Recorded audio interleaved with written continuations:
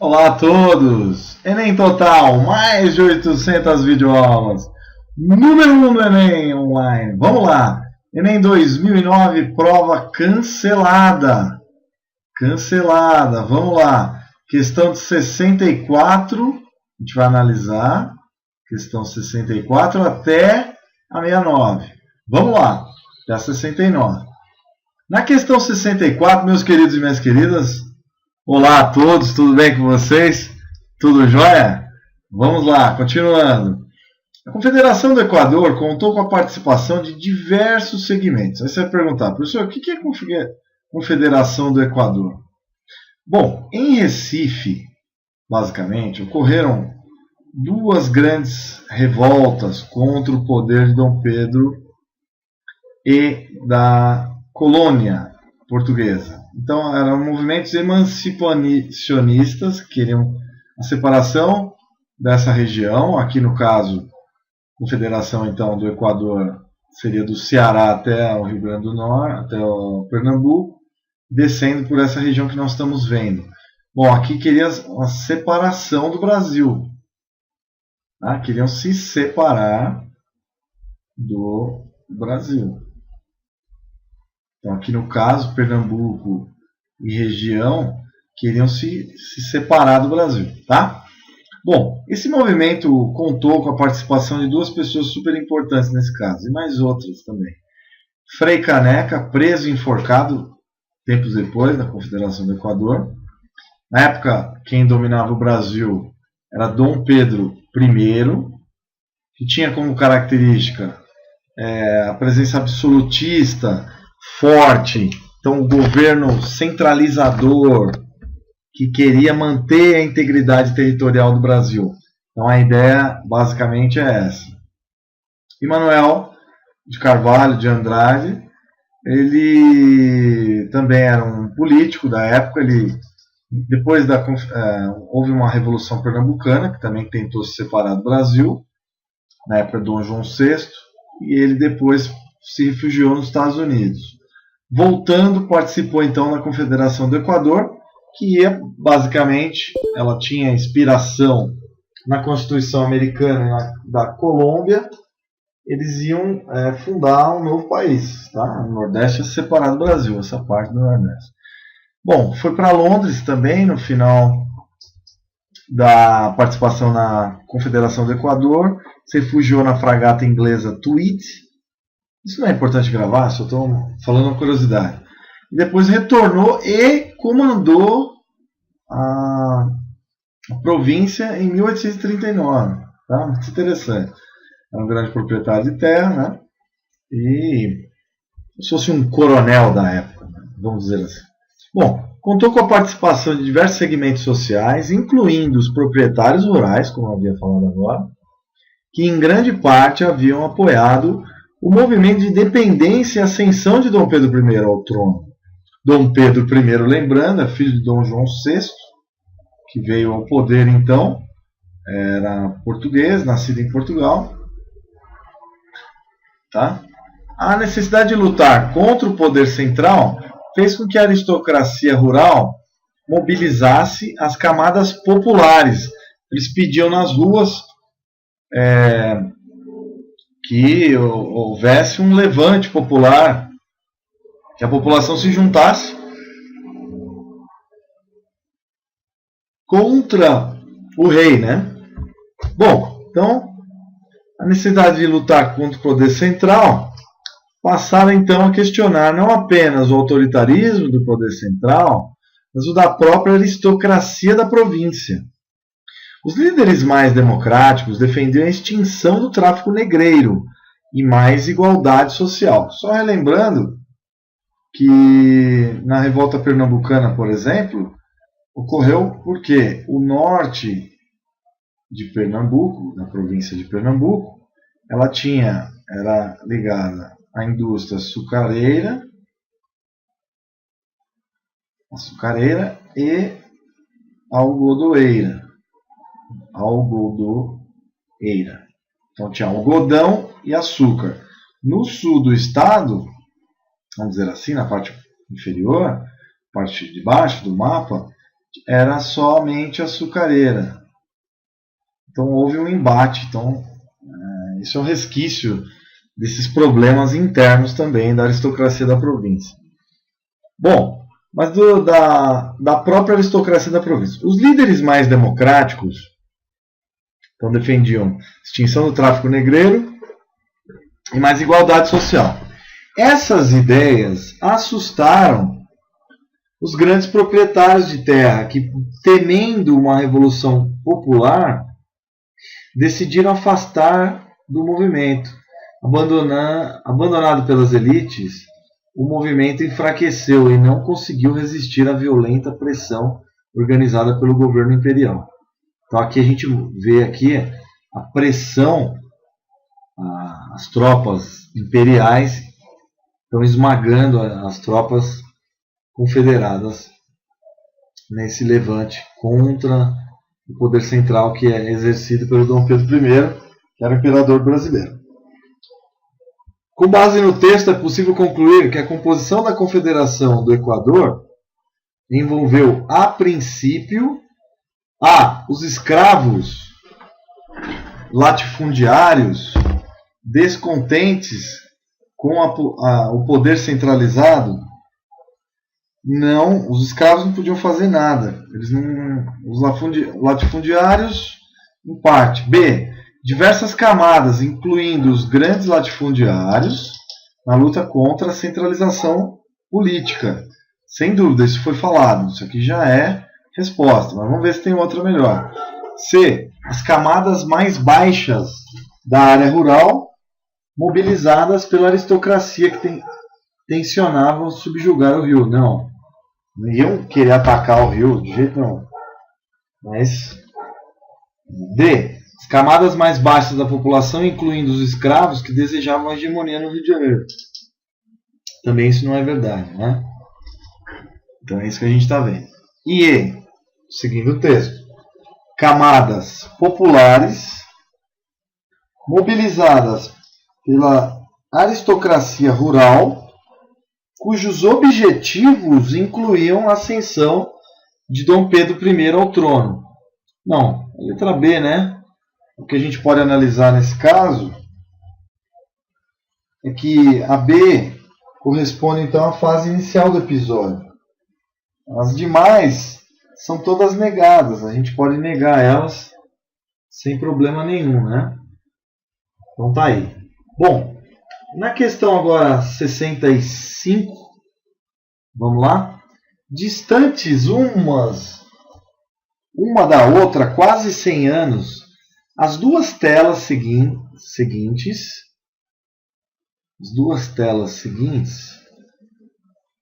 só ver o que a outra, tá. Vamos aumentar aqui. As duas telas seguintes, que integram o patrimônio cultural brasileiro, valorizam a cena da primeira missa no Brasil, relatada na carta de Pero Vaz de Caminha, né? Pero Vaz de Caminha. Enquanto a primeira retrata fielmente a carta, a segunda, ao excluir a natureza e os índios, critica a narrativa do escrivão da frota de Cabral. Além disso, na segunda não se vê a cruz fincada no altar. Então tá aí, a gente vê então as figuras, primeiro a missa, né, bem uma pintura bem ligada à Igreja Católica, né? E a segunda, primeira missa de Cândido Portinari. Aqui já é um movimento então modernista. Aqui então Vitor Meirelles em 1861 e aqui Portinari, Cândido Portinari, grande pintor nacional, né? Então vamos lá, vamos analisar então. Ao comparar os quadros e levando-se em consideração a explicação dada, observa-se que a influência da religião católica na catequização do povo nativo é objeto das duas telas. Não. A segunda tela não tem. Então, ao comparar os quadros, levando-se em consideração, né, a explicação dada, observa-se que, então a A está errada. B. A ausência dos índios na segunda tela significa que Portinari quis enaltecer o feito dos portugueses? Não é verdade.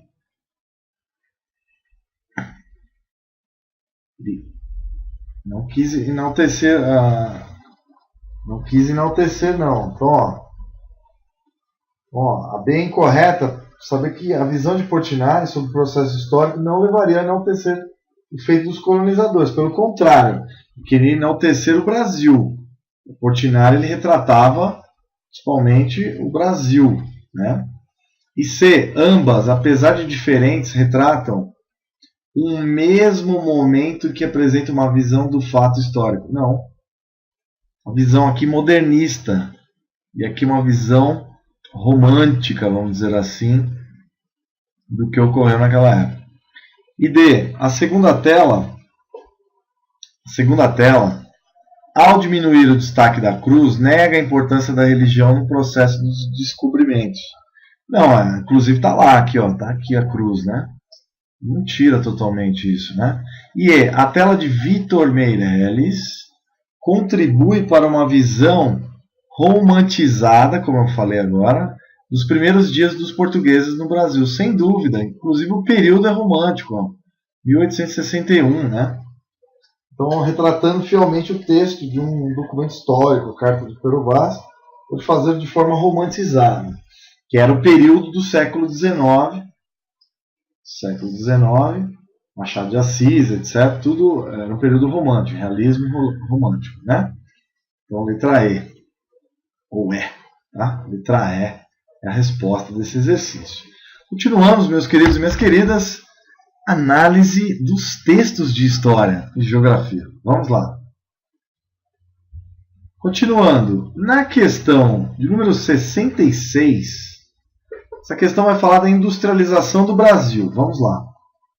A industrialização do Brasil é um fenômeno recente e se processou de maneira bastante diversa daquela verificada nos Estados Unidos da América e na Inglaterra, sendo notáveis, entre outras características, a concentração industrial em São Paulo e a forte desigualdade de renda mantida ao longo do tempo. Outra característica brasileira, industrialização brasileira, né? Bom, aqui mostra-se o Barão de Mauá, que foi um grande industrializador brasileiro, um grande industrial. Aqui mostra o Juscelino Kubitschek, o primeiro Fusca sendo feito na indústria brasileira, 1956. O estaleiro do Rio, 1862, com várias encomendas, o Barão de Mauá também. Aqui uma indústria ligada também talvez a ações do Mauá. Fábrica de ferro em Sorocaba, 1884.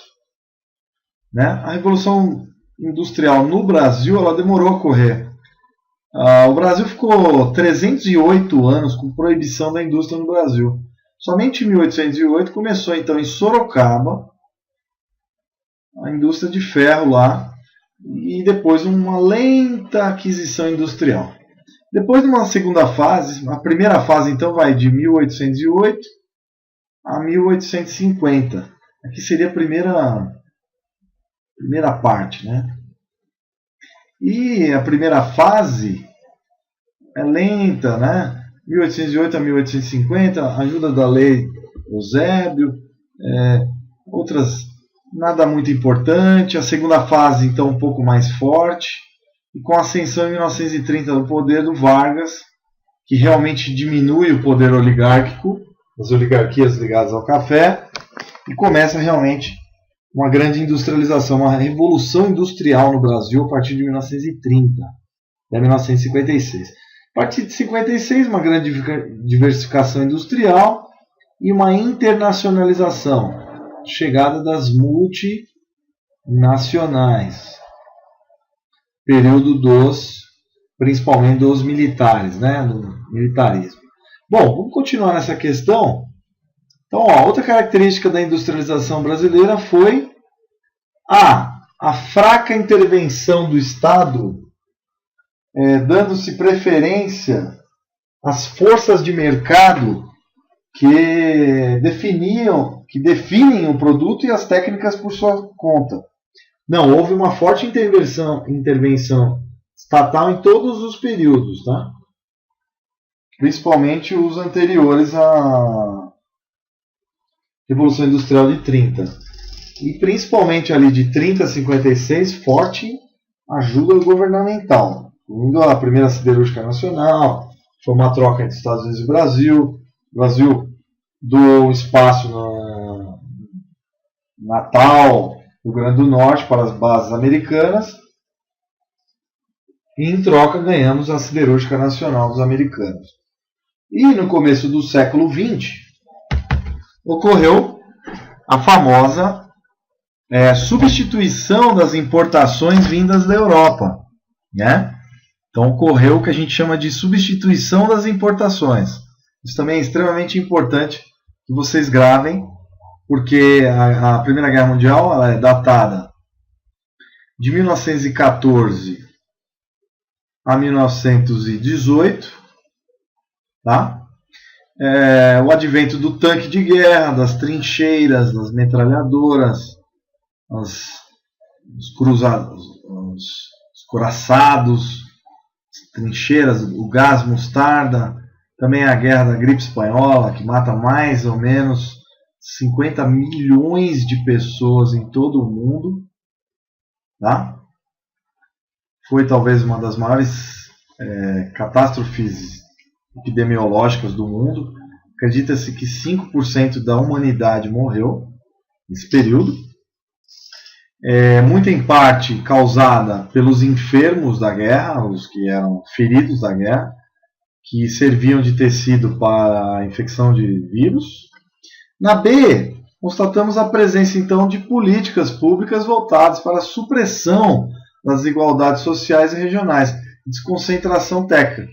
Também isso não é verdade. A presença das políticas públicas observou-se principalmente no sudeste do país e sul.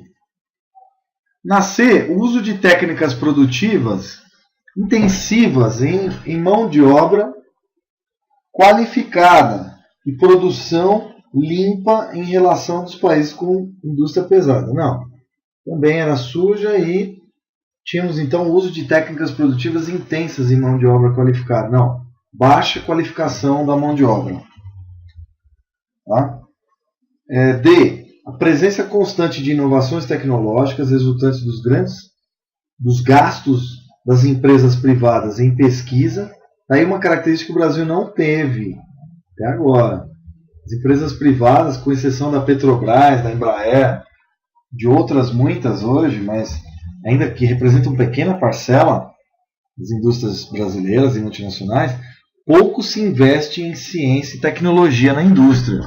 O RD, né, Research and Development, P&D, né, Pesquisa e Desenvolvimento. Isso no Brasil ainda é muito incipiente até hoje. Talvez seja o maior defeito da nosso parque industrial, porque ele é comandado por indústrias que vêm de fora, que não querem doar essa alta tecnologia para o Brasil. Então, o Brasil que precisa investir, os nossos empresários precisam investir em alta tecnologia. Eu sou um mini empresário, mas também devemos investir em tecnologia. É o que eu faço. Tá? Bom, então letra E de Eberhardt, resposta letra E. Tá? A substituição de importações, que se deu principalmente quando, professor? Período da Primeira Grande Guerra Mundial, que ocorreu principalmente na Europa, o pau quebrou lá na Europa, né? Começa então com a morte do arquiduque Francisco, né?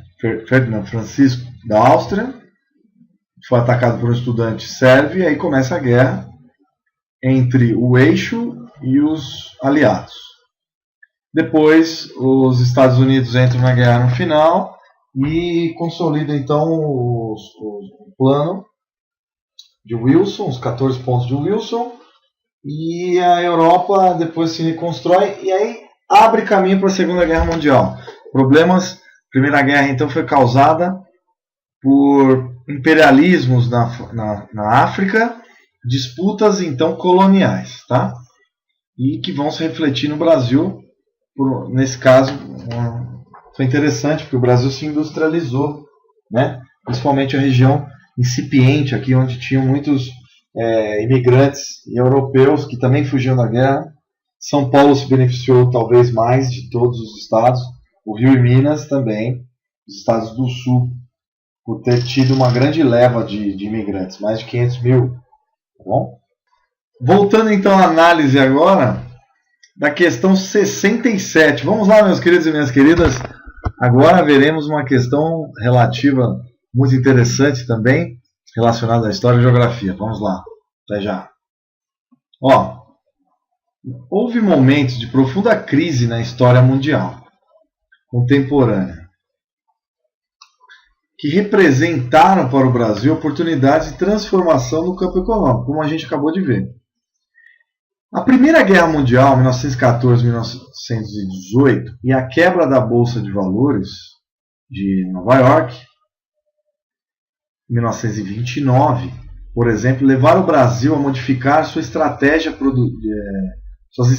produtivas e a contornar as dificuldades de importação de produtos que demandavam dos países industrializados. Nas 3 primeiras décadas do século XX, o Brasil impediu a entrada de capital estrangeiro,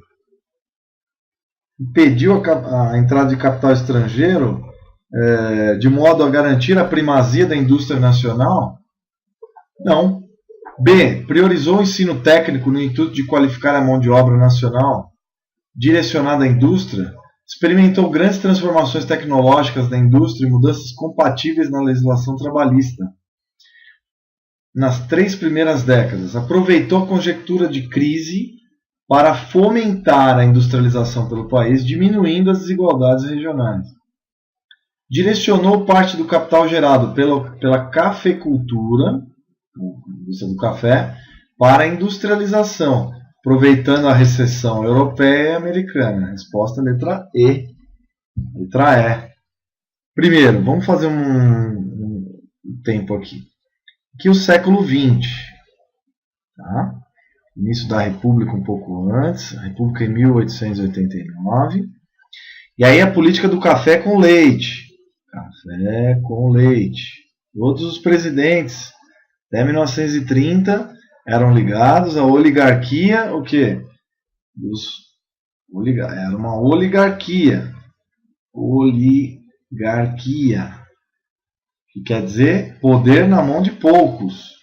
Então quem cuidava do Brasil eram os grandes proprietários rurais. Certo, pessoal? Em 1930, então, Vargas encerra esse capítulo. Ele cria uma ditadura que vai até 1945. Depois ele continua de 50 até 54. Mas de 30 a 45, ele aumenta a industrialização nacional com a ajuda de pacotes governamentais, etc. Vinda também de capital externo. Mas, do ano de 1900 até 1930, com o último governo da oligarquia, que era Washington Luiz, então de Prudente de Moraes, 1891, até 1930, em torno de 40 anos, aqui no texto ele só fala de 1900 até 1930, nós temos então esse tipo de industrialização direcionada do dinheiro gerado do café, os barões do café, começa então a direcionar esse dinheiro com a queda do valor do café, que já não estava gerando tanta renda, a gerar uma nova indústria para substituir a importação. No caso também aparece o Matarazzo aqui, né? Indústrias Matarazzo e outras, né? Então, letra E. Então, a primeira industrialização nacional vem para valer mesmo com a substituição das importações. Falem comigo, repitam. Substituição das importações. A partir, então, de meados da Primeira Guerra Mundial. Tá? 1914, 1918, Estados Unidos e Europa entram em crise. Porque estavam todas focadas na guerra, por causa da guerra. E aí o Brasil não tinha para quem importar, o dinheiro do café começou a gerar indústria. Bom, então tá aí questão E, questão muito direcionada ao texto e também aos seus conhecimentos de história. E eu ajudei você agora a entender isso. Bom, na questão 68, meus queridos e minhas queridas, tudo bem com vocês? Aqui é uma questão mais aplicada a um determinado contexto. Então vamos prestar bastante atenção ao texto agora. O Cafundó é um bairro rural situado no município de Salto de Pirapora. Não necessariamente você precisa saber alguma coisa sobre isso. A 150 km de São Paulo. Sua população predominantemente negra, isso é importante você saber, divide-se em duas parentelas. Por que é importante? Porque a cultura afrodescendente é a base também cultural do nosso país. Eu tenho orgulho de falar dela, porque nossos irmãos afrodescendentes também sofreram muito mais do que as outras parcelas do nosso país. Então eu e todos nós devemos sempre exaltar a influência afrodescendente, na qual eu adoro.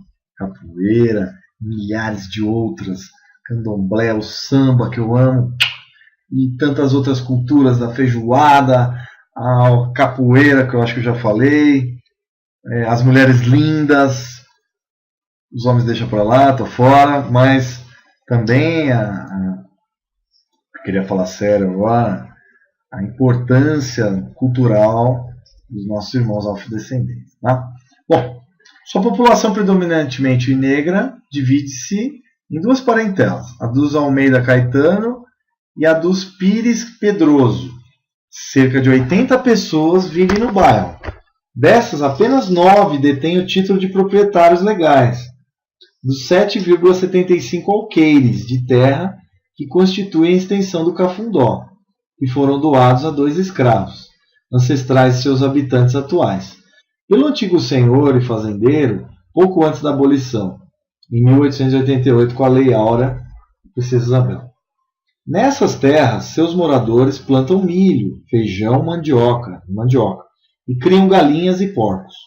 Tudo em pequena escala. Sua língua materna é o português, uma variação regional que, sob muitos aspectos, poderia ser identificada como dialeto caipira. Usam um léxico, um tipo de palavras, de origem banto, quimbundo, principalmente, cujo papel social é sobretudo de representá-los como africanos no Brasil.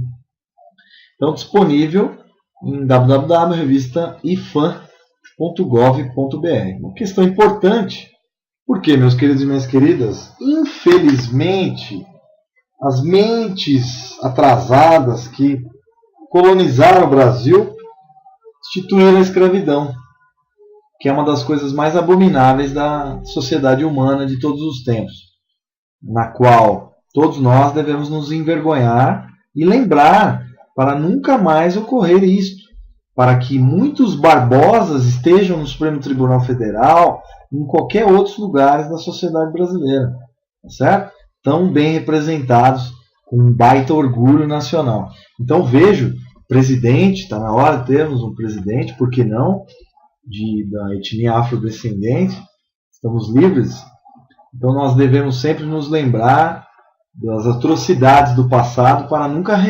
revivê-las no presente. Tá bom? Bom, o bairro do Cafundó integra o patrimônio cultural do Brasil. Por quê? Possui terras herdadas de famílias antigas da região. Então, o bairro Cafundó integra o patrimônio cultural do Brasil. Veja lá. Possui terras herdadas de famílias antigas. B. Preservou o modo de falar da origem banto e quimbundo, que era a região onde vinham os escravos, a região de Angola, região de Gana. B. Corretíssimo. Terras de negros. As palavras, então, conceitos, patrimônio cultural, citaria então a nossa visão para a gente fechar essa questão. Então veja aqui, ó, na passagem do texto é colocado então, predominantemente negra, 2 escravos nessas terras, tá? Então basicamente está aí, variação regional, dialeto caipira, o léxico banto, quimbundo, né? Então tá aí os ancestrais afrodescendentes. Eu queria agora mostrar uma passagem interessante para a gente chegar à resposta, mas tá fácil aqui, ó. Essas terras, seus moradores, sua língua materna é o português, variação o banto e o quimbundo. Bom, tem origem no período anterior à abolição da escravatura? Não, isso não foi colocado no texto, né? Sua população predominantemente negra, né? Tá? Pessoas que vivem no bairro, que foram doadas a 2 escravos, no período da escravidão. D. Pertence a uma comunidade rural do interior do estado de São Paulo. Não. Escravos, como havia falado. E. Possui moradores que são africanos do Brasil e perderam o laço da sua origem. Eles não perderam. Até que existem vários cantos, várias danças. A congada, por exemplo, é um exemplo da cultura, né? Congada. Existem outros, né? Outros traços culturais. A capoeira é um grande traço cultural dos afrodescendentes. Isso é muito legal, que moldou também a nossa cultura atual. Eu, por exemplo, sou apaixonado por samba. Então, tá certo? Samba, pagode, adoro. Acho um traço cultural, maravilha, pura alegria, é uma brasilidade enorme. Para mim, vejo a feijoada, nossa, futebol mesmo, que não é um único esporte, a gente deve pensar em vários esportes, mas a cultura é muito importante, mais do que a gente imagina, né? Tá bom? O Olodum, por exemplo, a batucada do Olodum, ela é verificada hoje em dia, tradicionalmente em Luanda, em Angola. Tá? Agora, a partir da abertura, depois da Guerra Civil que teve lá. Então a gente tem ainda amostras de como a gente conservou isso de uma forma bacana, né? Eu sou neto da minha avó Elvira, que tem traços também de origem afrodescendente, portuguesa e indígena também. Não parece, mas também tem traços, tá? Bom, com orgulho. Bom, na questão 69, por volta de 1880, com o progresso... Então, ó, só voltando aqui, desculpe, eu atropelei um pouco. Aqui a resposta é B de bola, tá? Então, preservou de modo a falar de origem banto e quimbundo. Isso saiu do texto, né? Ó. Tá? Bom, na questão 69, para a gente encerrar essa aula de História e Geografia, mais de História, né? Por volta de 1880, com o progresso de uma economia primária e de exportação, principalmente de café, o Brasil basicamente detinha 67% da exportação mundial de café, isso segundo o livro 1889 de Laurentino Gomes, eu recomendo todos a lerem, Laurentino Gomes, inclusive acabei de ler, estou com a memória fresca, né, nesse caso. Bom, muito interessante essa passagem. E aí mostra então um novo pacto colonial que substituiu aquele imposto por Espanha e Portugal, né? Deixa eu vir mais para cá.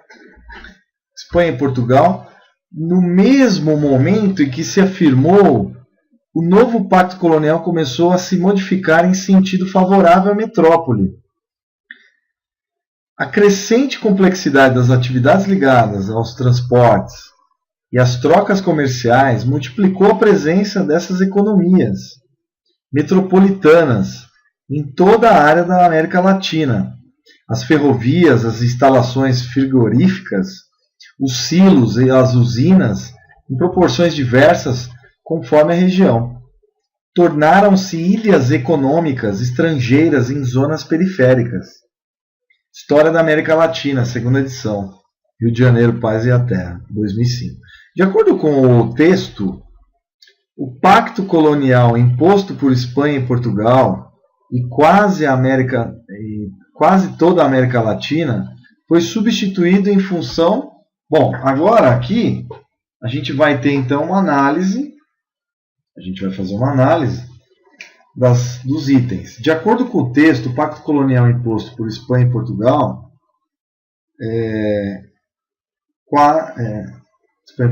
quase toda a América Latina foi substituída em função dos diferentes interesses, né? Das ilhas do desenvolvimento instaladas nas periferias das grandes cidades? Não. Pelo que a gente sabe, o aluno deveria, sem muita dificuldade, perceber que a América Latina era periférica, exportadora de materiais que a gente chama hoje de commodities, materiais primários, que as novas condutoras, as metrópoles, passaram a controlar o transporte, as grandes cidades, né? E a comercialização de produtos exportados pelos países da América Latina. Então, das ilhas de desenvolvimento instaladas nas periferias das grandes cidades? Não. Da restauração, por volta de 1880, do pacto colonial entre a América Latina e as antigas metrópoles? Não. Ocorreu, então, uma aproximação com a Inglaterra, bem antes já, né? Depois com os Estados Unidos também, com a Europa toda, etc. Mas principalmente Estados Unidos e Inglaterra. E C, principalmente a Inglaterra, que era a maior potência da época, do domínio em novos termos do capital estrangeiro, capital inglês, sobre a economia periférica da América Latina. E a doutrina Monroe.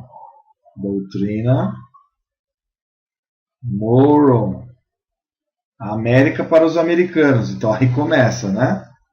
Então essa doutrina que até hoje vigora, que nem sempre é benéfico para os nossos países, né? D, das ferrovias e frigoríficos, sítios e usinas instaladas em benefício do desenvolvimento integrado e homogêneo da América Latina. Não ocorreu um desenvolvimento homogêneo, né? Até hoje ainda não ocorre. Brasil, México, Argentina e Chile são os países mais desenvolvidos da América Latina. E dentro desses países existe grande heterogeneia, ou seja, as regiões não têm o mesmo desenvolvimento. A região norte, a região nordeste do Brasil, por exemplo, a região centro-oeste, e mesmo dentro da região sudeste, nem tudo é igual, né? E do comércio, da implantação de redes de transporte, que são instrumentos de fortalecimento do capital nacional frente ao estrangeiro. Isso ocorreu muitos anos depois e ainda somos muito colonizados ainda. Infelizmente, não mais pela Inglaterra, quase, mas mais fortemente hoje pela China e pelos Estados Unidos, né? Pela Europa também. Então, o que eu queria mostrar para vocês, desculpe a interrupção, o que eu queria mostrar para vocês é que, então, a resposta é letra C, tá? Letra C de Carvalho. Beleza? Bom, um grande abraço a todos. Espero que vocês tenham gostado dessa videoaula. Vimos a importância histórica da industrialização. E é isso aí. Um grande abraço a todos. Espero que vocês tenham gostado. Até as próximas aulas. Até lá. Tchau, tchau. Estudem bastante.